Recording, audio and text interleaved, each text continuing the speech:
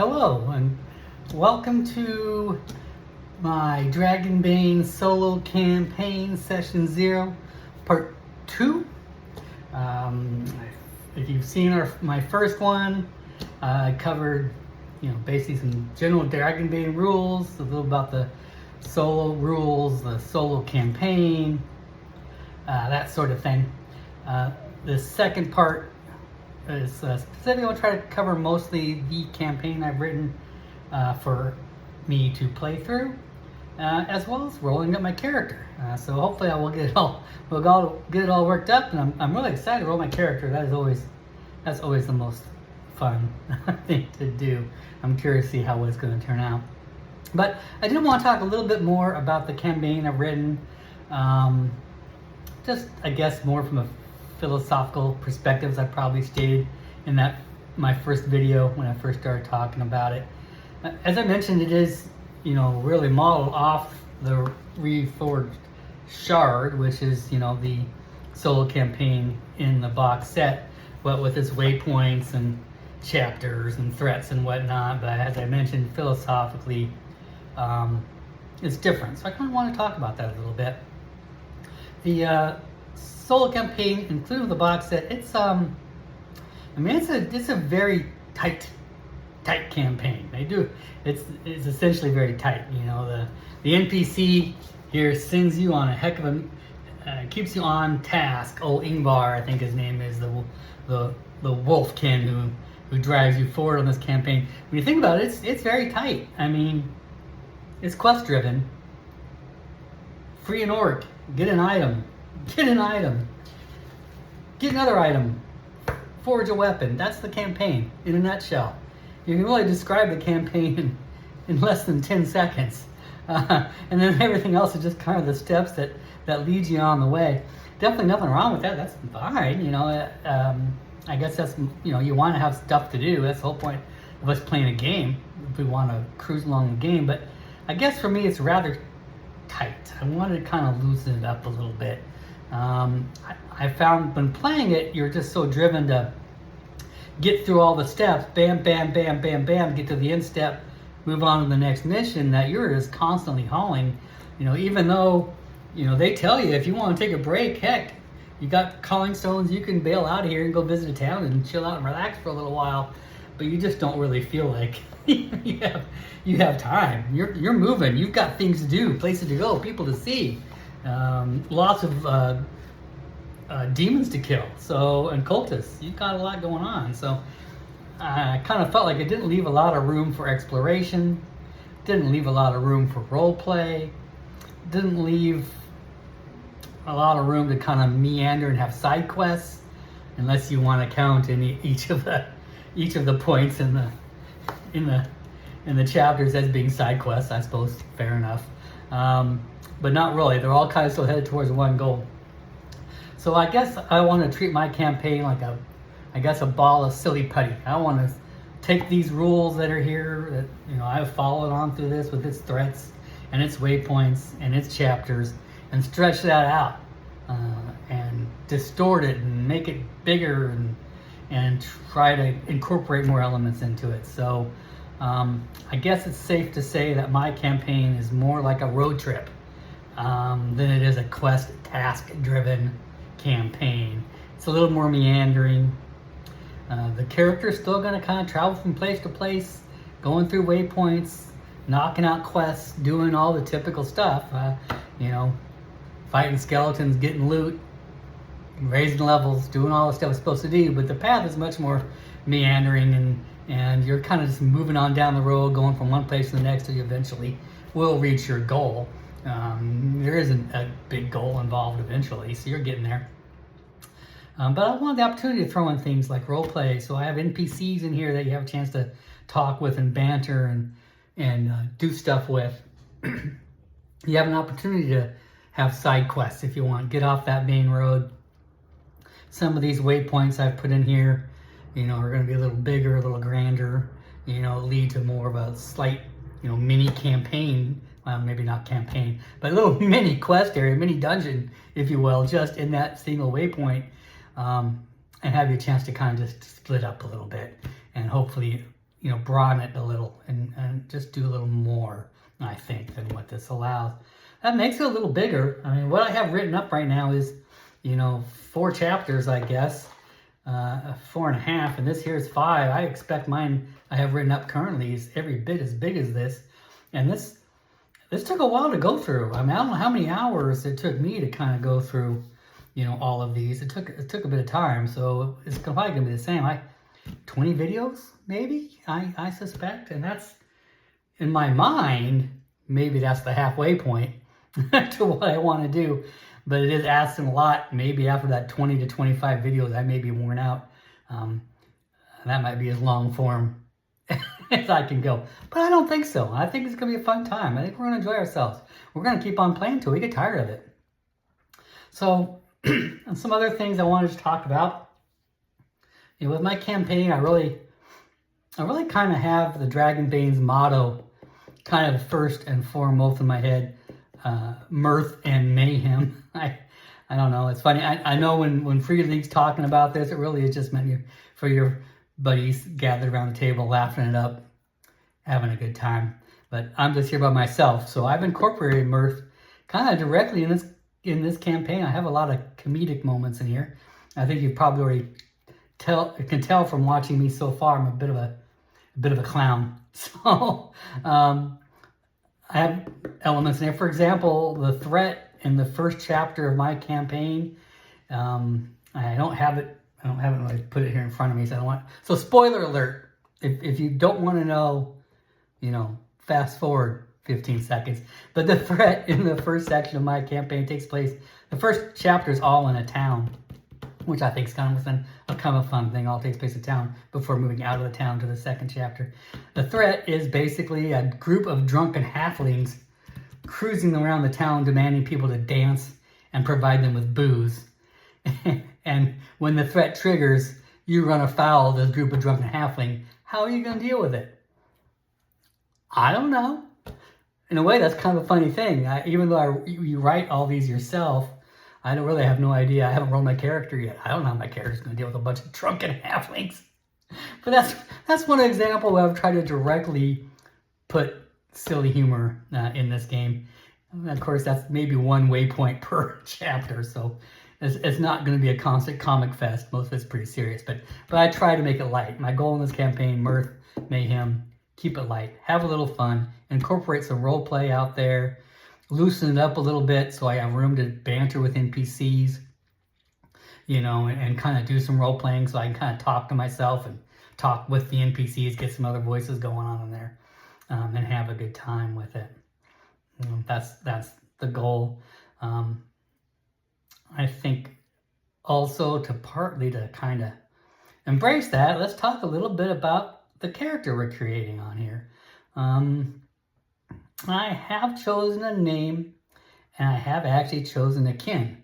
I kind of know what kind of kin I want to play because I have some role-playing elements for that kin that I want to throw in here because there's other things I want to explore. Isaac Loosejaw is the name of my character. He's going to be a hobgoblin. Did that throw you for a loop right there? A hobgoblin? What the hell? Well, I guess that's because I wanted to explore 2 other fun little things in the roleplay. I wanted very much to have a fish out of water, sort of fun with it. What's more of a fish out of water, a stranger in a strange land, than a nightkin cruising around the good kin's part of the world, hanging out, doing quests. I'm going to play it for fun. That's really what it is. It's more of a fish out of water scenario. Has people looking kind of shocked at a hobgoblin cruising around their towns, having adventure. I also want to explore a little bit about kind of the reluctant hero. So I also thought it would be kind of fun to explore from a roleplay side of not an anti-hero, but a reluctant hero. Here is this hobgoblin minding his own business, doing his own thing, constantly being called to complete quests and save the lives of humans and elves and halflings. And he's the hero of the story. I thought that much to him just probably trying to do his own thing and somehow getting us sucked into being a hero, and just that whole thing is really funny to me. So that is why I chose to do that. But I want to talk a little bit about Nightkin, I guess, and Hobgoblins before I start rolling them up, because these races in the bestiary. I don't know.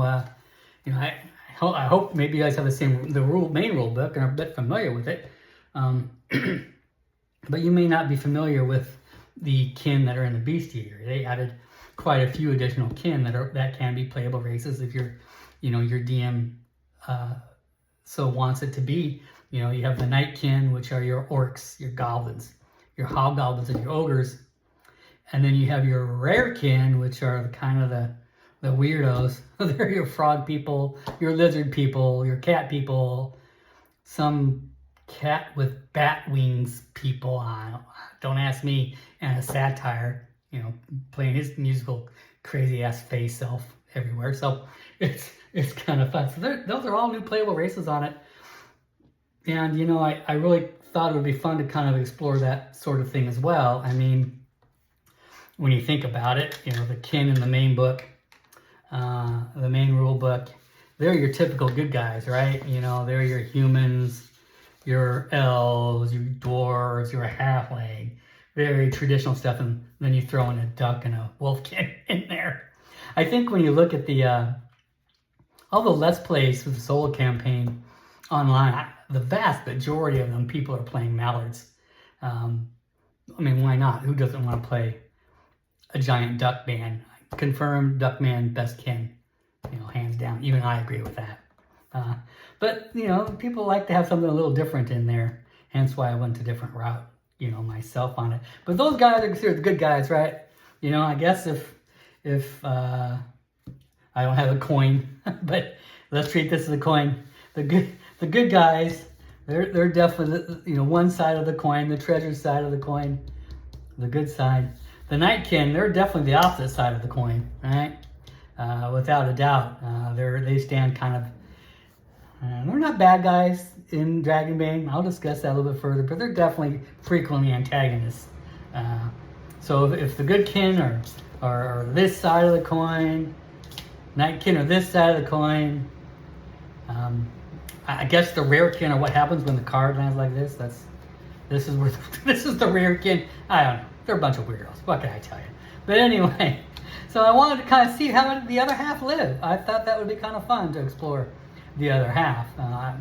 If I do have a very long image in mind, I thought it would be kind of fun to play the first half of my campaign in this half of the world, and then have our character play the second half of the campaign back in his half of the world among the Night King and the Night Kingdoms, but only still, for some strange reason, to find himself a fish out of water and a reluctant hero, even among his own people.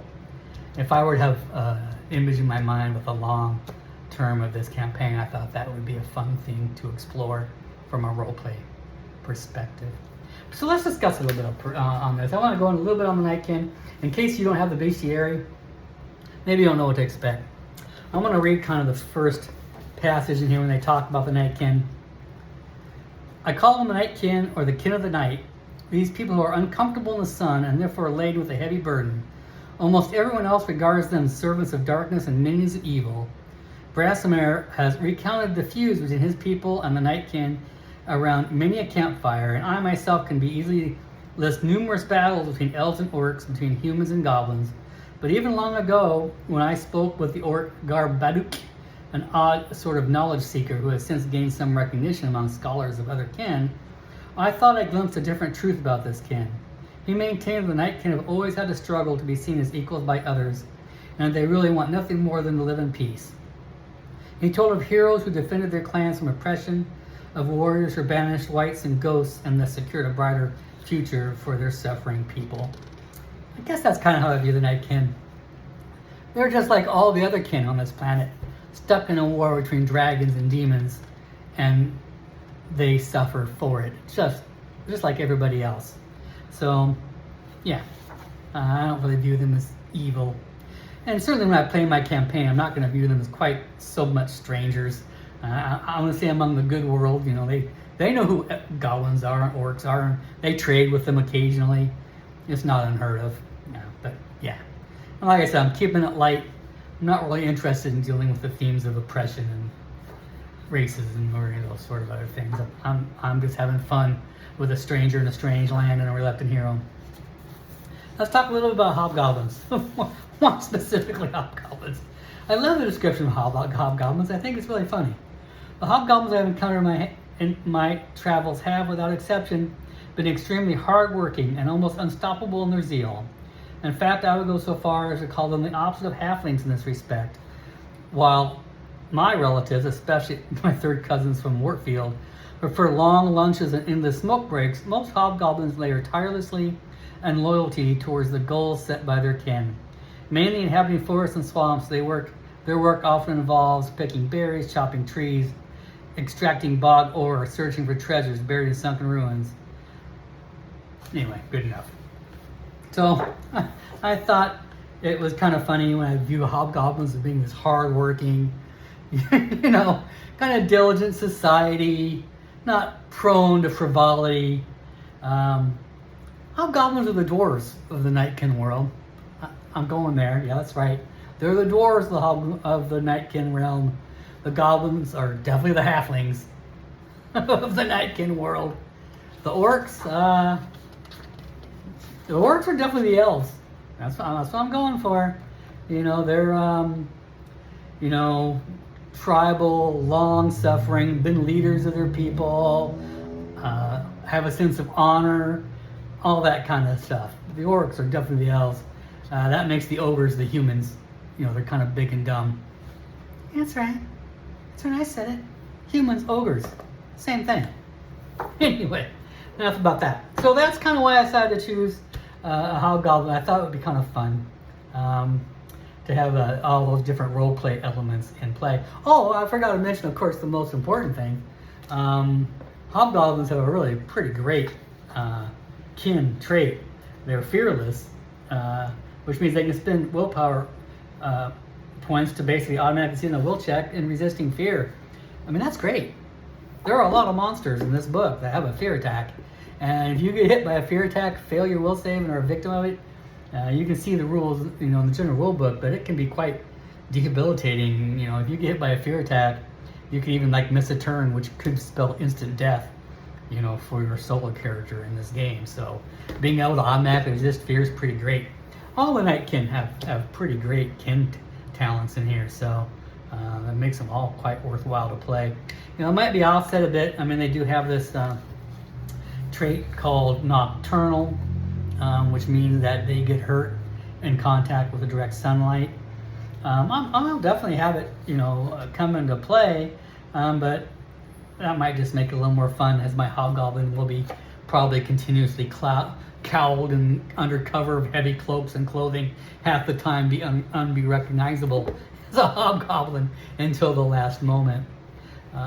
One of the other strange things is even though they're nocturnal and talks about here, I find nothing here that says they can see in the dark. I've dug around. The only thing I can find in the main rulebook is monsters can see in the dark, but that doesn't go the same for NPCs. So how much is traveling by night an option? Yeah, I don't know, a little tricky. So, but I don't think it's going to come into huge play with it. That would take a lot of effort to it, but it'll probably come into play at a time. So that's it. Let's do it. Let's roll this character up. All right. I'm gonna probably transfer it in a nice, pretty permanent sheet like this here before session 1. But I think right now I'm just gonna write down this extra photocopy I have lying around. That way I can. My handwriting's not the best. That way I can just kind of chicken scratch this sort of thing. All right. So I got my name. Isaac Loosejaw. I named his last name Loosejaw's nickname because among his people, the hobgoblins, he's considered quite the chatterbox. Talks all the time. Of course, the funny irony is, for most of the rest of the world, he barely talks at all. I think that's a funny commentary. Once again, me having a good time. Hobgoblin.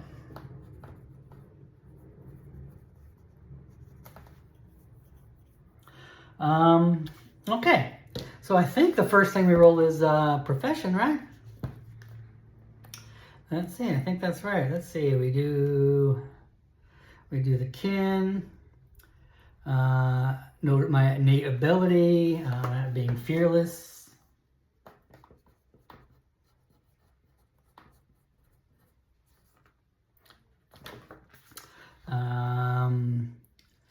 No, choose or roll your profession. Oh boy. Okay, I'm rolling for everything. So let's see. I think the only thing I said about profession, if you remember correctly, I'm not going to play a mage. So if I roll a mage, we'll roll over. But otherwise, we're going live, folks. Well, live on a pre-recorded video. Does that count as live? I'm saying it's live. Okay. Oh, what is it here? D10? D10.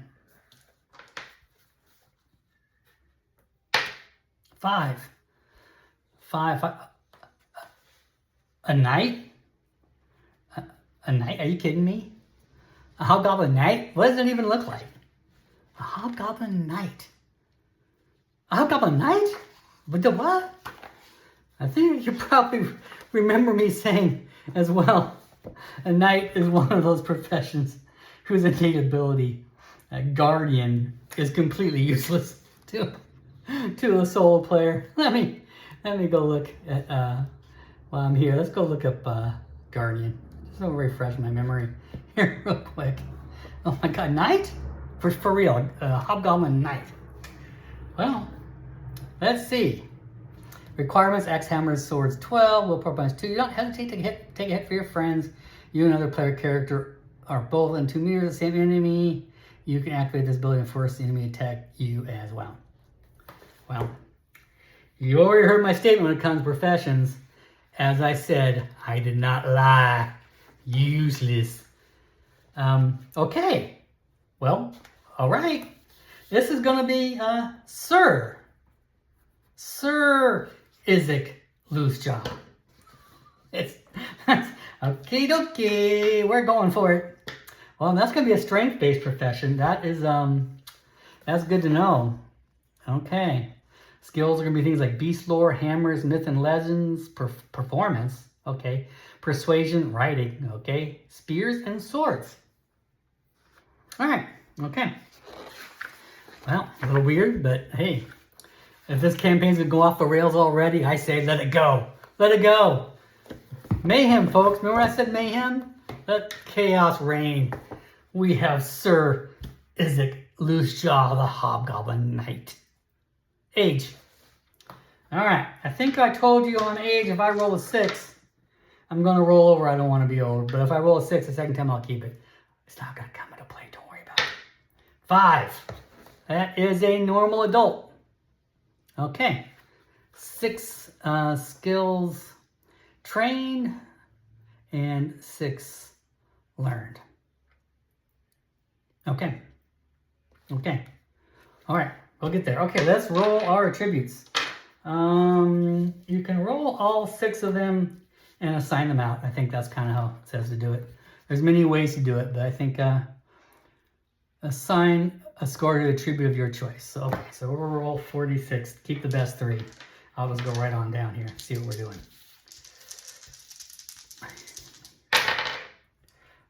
12.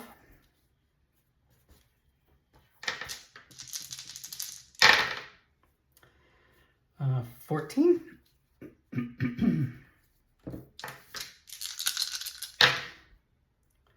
9, 11.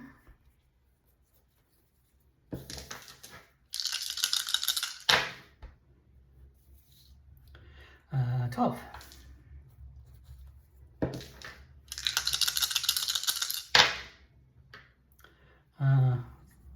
15. Oh, okay, cool.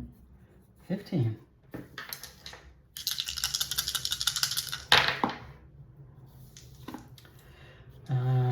10. All right, well, that's a good assortment of skills right there. That's pretty nice. I like that set. Okay, well, let's see. I think, you pretty much always want your highest skill to be your main skill, so I'm going to go with a strength of 15. Constitution, good to have that for your second one, for your hit points. 14 there. Let's see, how do I want to do this here? I've got some intelligence skills here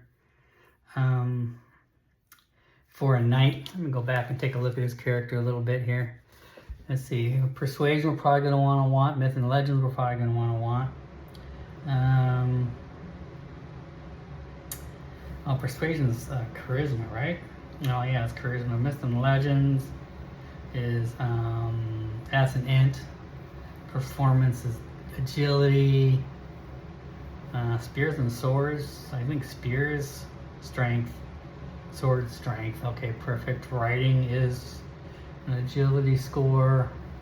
Oh, hammers. Hammers is also strength, probably, right? Yeah, strength. Beast lore. Int. Okay, well, let's see. I like that. Let's mix that up a little bit. I think, well, we'll do both the 12s, I think, for charisma and int. I think I'm going to make... I'm never going to be using willpower now, probably. So 10 for willpower. Until I get an extra heroic ability of some sort. Very unusual for me to be using any willpower in this game. And then an 11 for my agility. Okay, well, hey, that's really great. I'm pretty happy with that. Yeah. Okay, let's derive some of these skills here. Of course, that means we're gonna have 14 hit points. Okay, that's pretty good, really. I'm not happy with that at all. Let's see. Let's go here a little bit. Take a little look here what it says. Otherwise,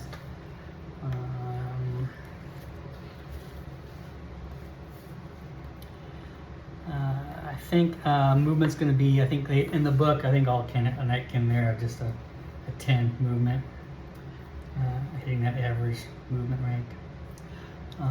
See, I think a strength of 15. That does give me an extra D4 damage.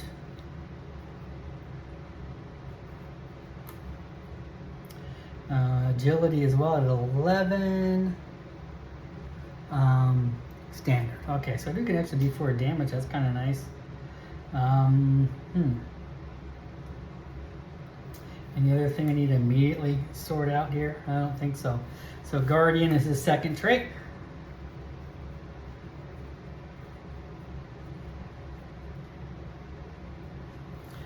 Okay, and I forgot to put on a Nocturnal. That is a trait, or that counts. Okay, so there's my 3 traits. Oh, and willpower points is going to be equal to my willpower of 10. Where's willpower? Willpower. Why am I blind?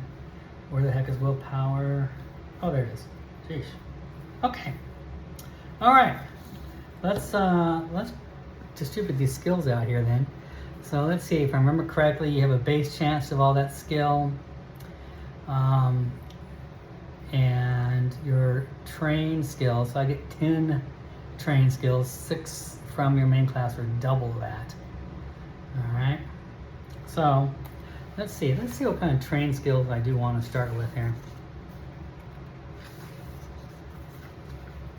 Hobgoblin Knight. I think a lot of these, they're all really good. Can I keep all of these? I think I want to train both in spear and swords. So, yeah. Let me go back here to that page again. Let's see. So I have a 15 strength. Base score is 6, so it's doubled, right? Yeah. Base chance, tribute. I know I have to refresh my memory on these all the time. 8, 10, or 12.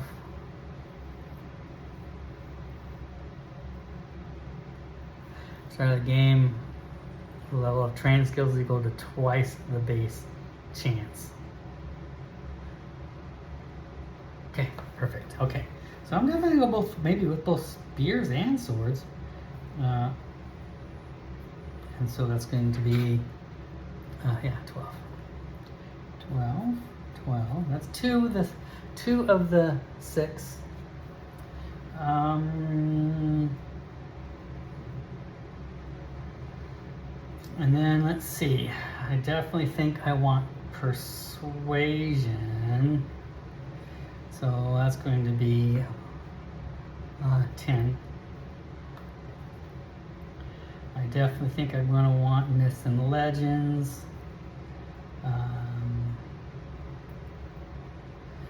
Which is 12 is what now? 12 is still 10, okay. So I'm going to do Beast Lord 10, myths and legends 10. 1, 2, 3, 4, 5. I got one more.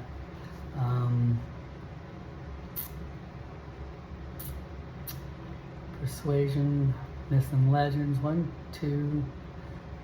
I don't know. Writing, really? I don't think. Maybe I could give my hobgoblin a giant wolf to ride. Well, what the heck? Goblins can do it.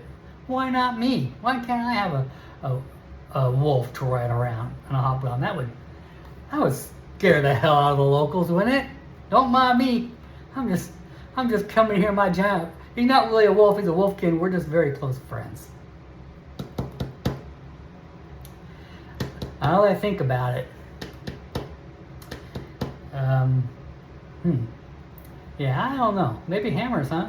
Beast Lord, yes. Myth Lord, performance. I don't see him as being very performance oriented. Do you? I don't see writing. All right, we'll just go with hammers. That's fine. 12. That way, I got a variety of weapons I can choose from, depending on what I want to do. And then 4 extra that I just gotta throw in however I want. That's not bad. I think having awareness is always a good thing. That's also going to be a 10.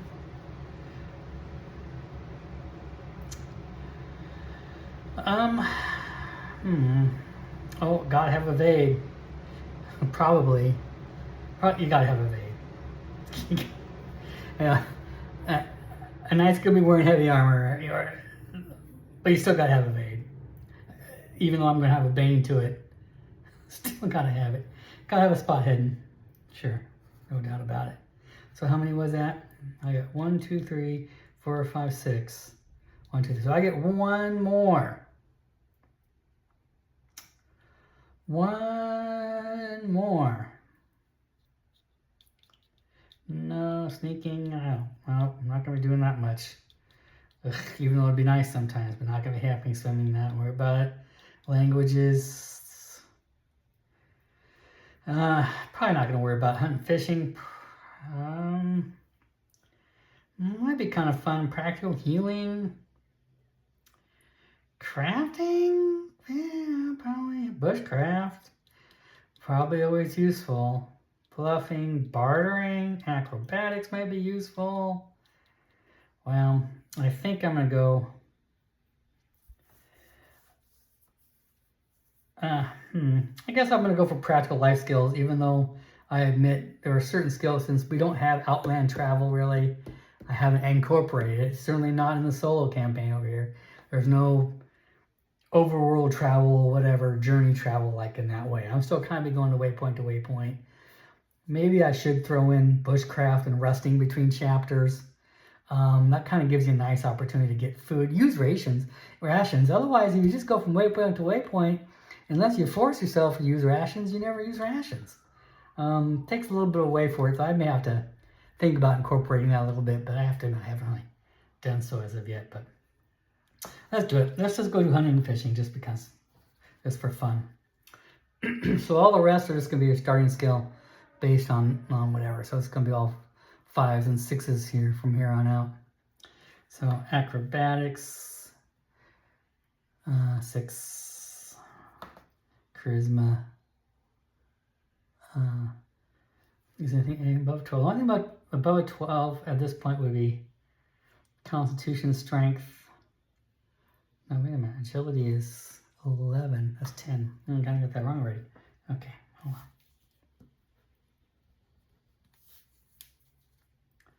So anything above 12 is going to be anything that's going to be Constitution or Strength. Those are going to be 6. Everything else I have here is going to be 5. So, okay, that's easy. Strength and Constitution. 6. 6. 6.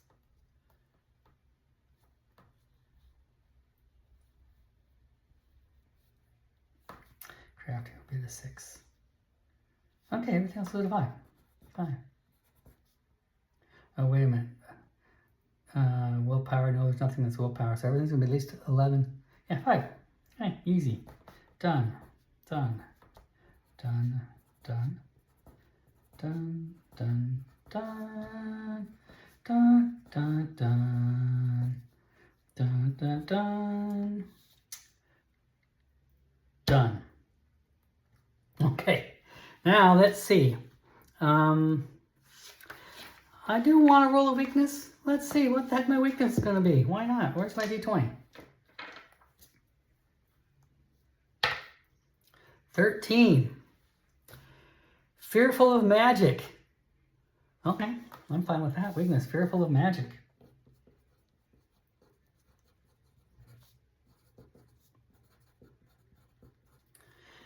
Even though I'm not scared, I'm fearless, but start pulling too many crazy magic stuff. Get out of here, man. Get out of here with that. Do not like. Perfect. Okay, memento. I'm going to do something a little fun with mementos, by the way. I didn't really mention this. You know, I don't bring her book in here, but our fairy godmother of solo gaming, a fine woman by the name of, oh God, why am I suddenly blanking on her solo Game Master books? Wow, I'm just spacing for a moment. Geek Gamers. Geek Gamer. Yes, I'm sure. Anyway, she has a kind of a fun suggestion in her book of when you're talking about creating your character, one of the fun ways you can kind of develop some background for that character is to actually roll an item that character has in possession and develop a backstory for that item, make it a part of your character. That's going to help you kind of decide on, you know, what, I guess, more background for your character. I'm going to make my memento a minor magic item, like a very common, very mild magic item, just for fun, to make that item a little more special. Otherwise, it's just something you kind of put on your character sheet. I want to make it more special. Let's do it. 18. Your mother or father's ragged old hat. Nice, a ragged old hat.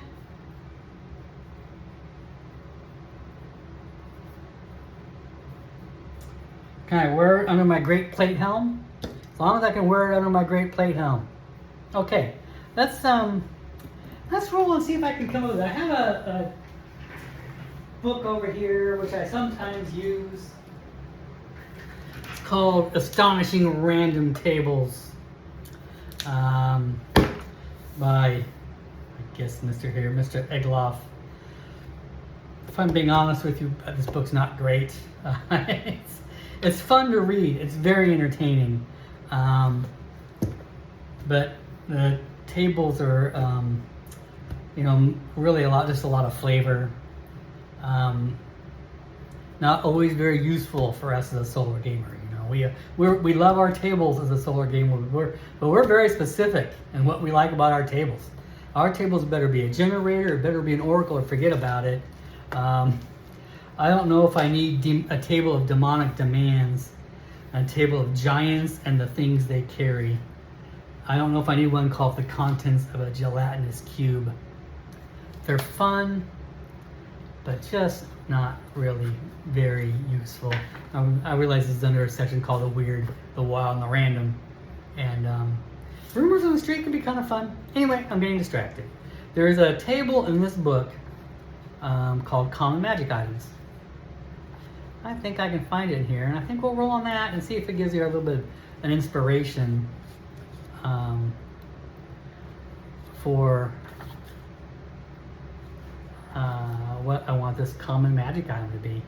Because they're all kind of very mild little silly magic items. I don't want it to be too crazy.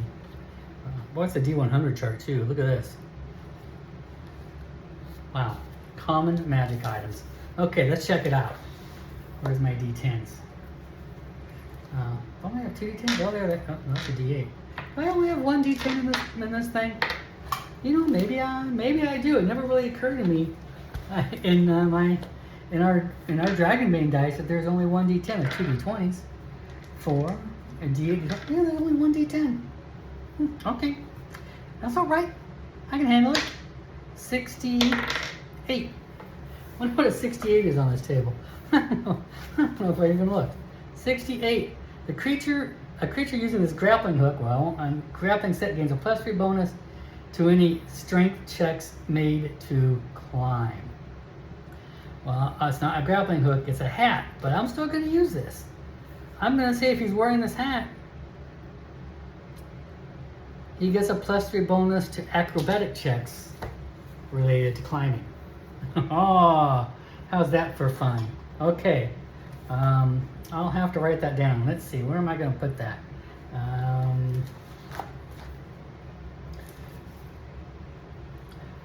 Maybe I'll say it's a boon. I think a +3 is a little weird. Boon to climb checks. Boon. Is a boon too much? It's not going to be a +3 because that would make it worse. I'm going to say a boon to climb checks. How often am I going to make myself do climb checks? I'll probably forget about it. Now, the minute I've written this down, I'll never remember it again. But nevertheless, it's here. We got it on. Minor magic item. I inherited it from dear Mama, who frequently had to climb trees to harvest pecans. Okay, we're going for that. All right, that's the memento. Oh, I haven't rolled gear yet. Oh, I rolled a knight, didn't I? I'm playing a knight. Here's where we have a funny little talk about gear. I haven't even talked about gear when I was talking about the professions, but this is such a perfect example to talk about gear. You know, most role-playing games, I don't know if you're like me, most role-playing games, starting gear is kind of an afterthought, right? Who cares about starting gear? You're just hoping to replace with a magical gear just as soon as possible. But in starting gear in this game is actually very important. You have to have light sources. You have to have food. I mean, it tells you what you're using, and some of the gear in here is incredibly valuable. Case in point, if I happen to roll a 1-2, I start with plate armor and a great helm. Plate armor is the most valuable item in this entire book. I think it's like 500 gold. It's something ridiculous. It's more expensive. I could buy a fully trained warhorse for less money than it costs to buy a suit of plate mail.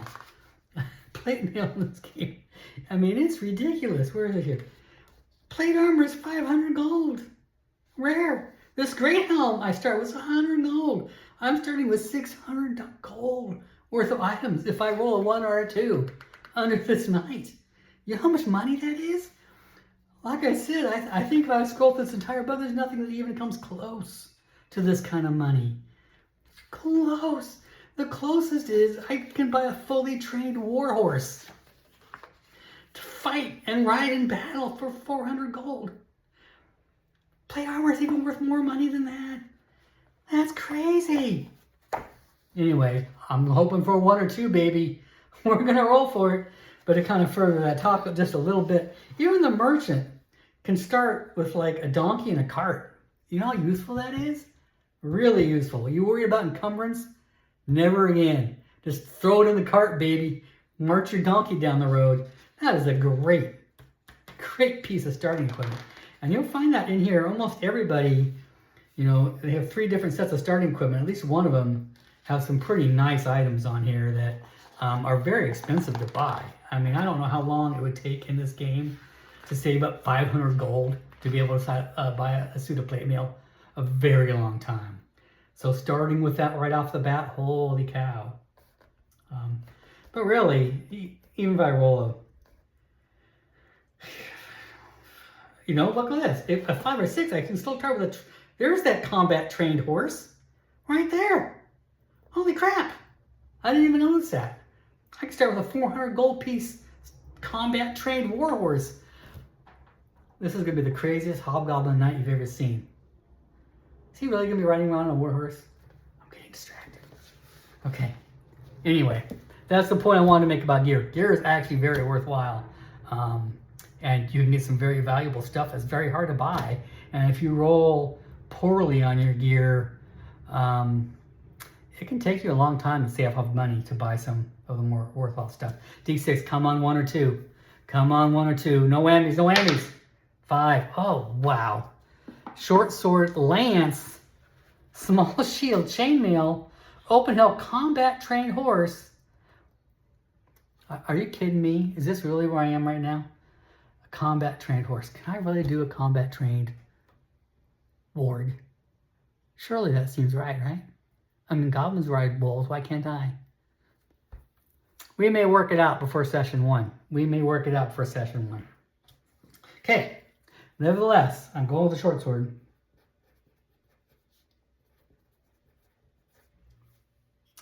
I'm probably going to train that. I mean, that lance, is that lance considered the same as a spear? I assume so. There's no lance skill. I'm assuming a lance is the same as a spear. Let's look it up. A lance. It's just going to be a long spear, I think, in essence, by the time I get it on here. I don't, we'll see. I don't even know. Is that a second magic item? Where is it in here? I got to take a look at my gear to even know. I don't even know. I'm thrown for a loop right now, having a hobgoblin knight. I already am like, what? Lance. It's a rare 12 gold long piercing. Requires combat trained mount.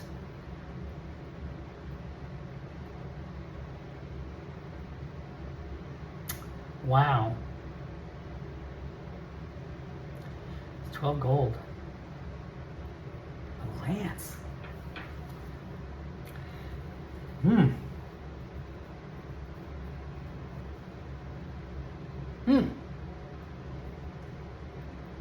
Okay. All right. All right, let's fill it in here. We'll pull it up. We're doing the full run here today. One hand. Lance. Lance is still considered a one hand.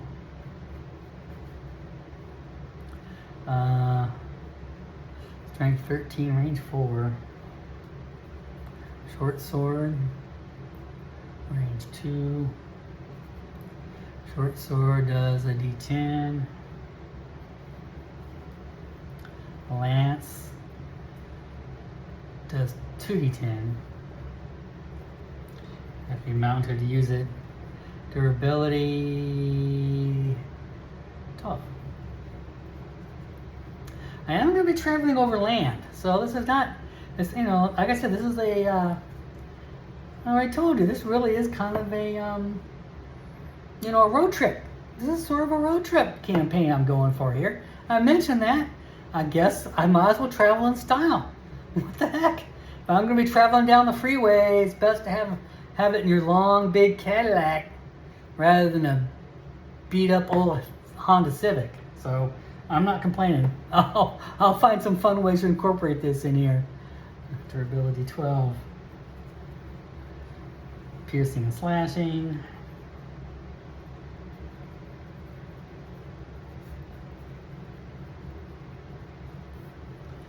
Lance, long, piercing.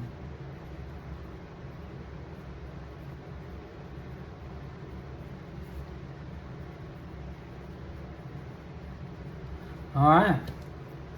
I can't believe it. There is a section in this book for mounted riding combat. I kind of glossed over it. I didn't think that was ever going to be anything that was ever going to come play in my animal in my game. Look at this, riding animals. Mounted seal for things for all players. In order to fight on horseback, they must be combat trained. Must move in the right. Wow, I'm going to actually have to read this because I actually had no other idea that this would be coming into play. But it's coming into play. Okay, let's get back here. Sir Isaac the Hobgoblin Knight on his mounted warhorse and carrying his lance. D6 food. Okay, wait a minute. I guess I better write everything down here first. Oh, I get a small shield too. Shield. Okay, perfect. Is there stats for a shield? I bet there are. Let me quickly go look up the shield stats. While we're at it. Oh, and I got like an open helm too, right? Chainmail and an open shield. Oh, I guess yeah, we'll get that incorporated here. Okay, shield.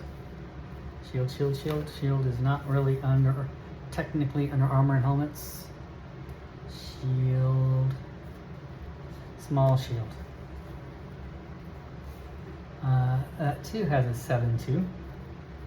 One hand.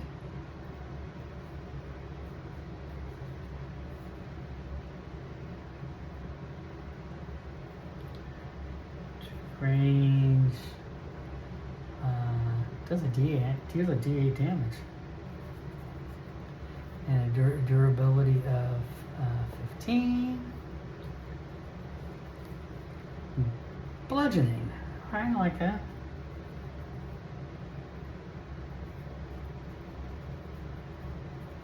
Okay. There's that. Alright, I forgot that. So I got a chainmail.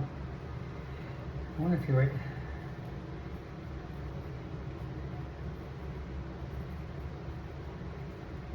And an open helm.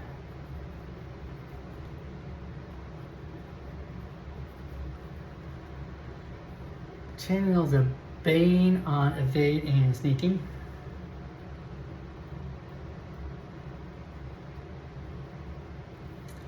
And an open helm is a bane on awareness. Okay, that's great. Well, that's pretty valuable too, man. An open helm is worth 12 gold.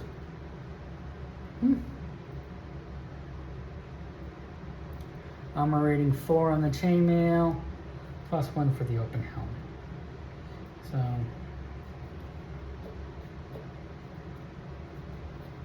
that's pretty good. I have an armor rating of 5. That's not going to be anything to sneeze at. That helps. Okay. All right. That is that.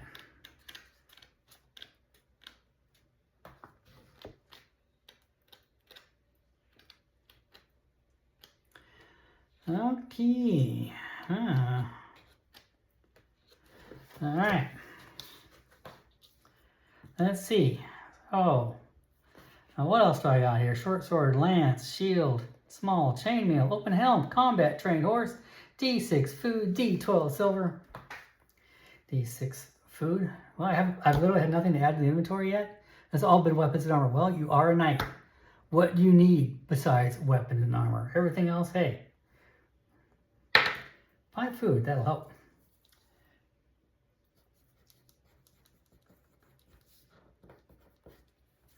And a D12 silver. Oh, knight's always good. No, knight's good at all, man. They even get the money. It's good to be highbrow. Unless you roll a 4. Okay. All right.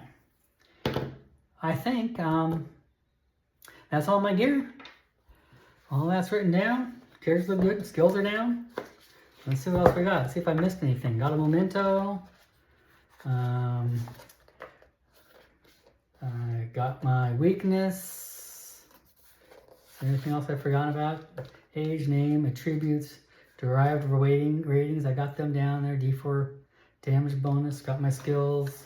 Got my heroic abilities. Got my gear. Don't have to worry much about in combat. And encumbrance, really, I've got very little anything else to worry too much about encumbrance.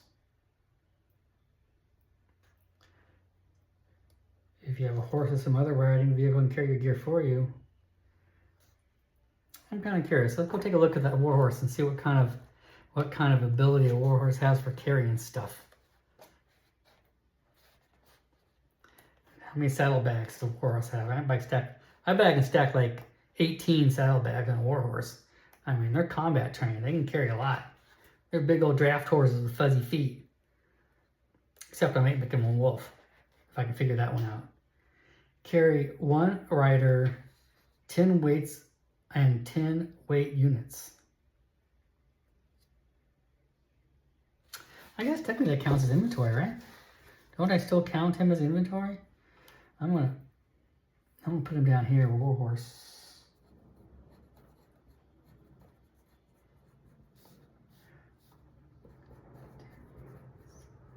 10 units of weight. Okay. Well, that's awesome. Wow. Well, the riding horse carry the same thing. 1 rider and 10 weight, or 2 riders. Combat trade horse, 1 rider and 10 weight units, or 2 riders. Okay, cool. All right. So back here, I think that's I think that might be it. Let's see what else we got going on here. Encumbrance, boom. Appearance, I'm not too. Am I going to roll for appearance or just make my own?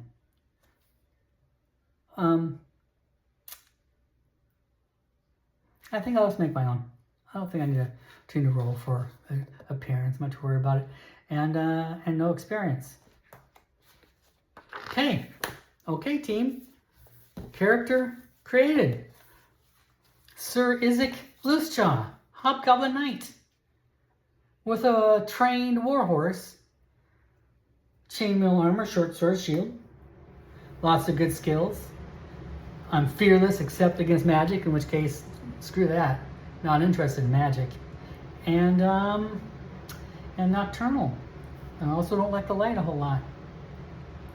Thank you all for joining me.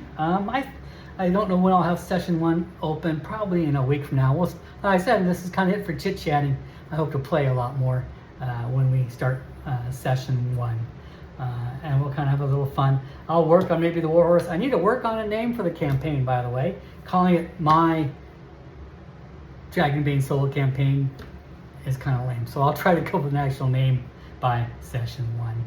And we'll be ready to roll and have a good time. I'm looking forward to having fun. It's already gone off the rails, having a Hobgoblin Knight wearing a warhorse as my main character. So I like it. I like how already it's going off the rails. Take care, everyone. See you later.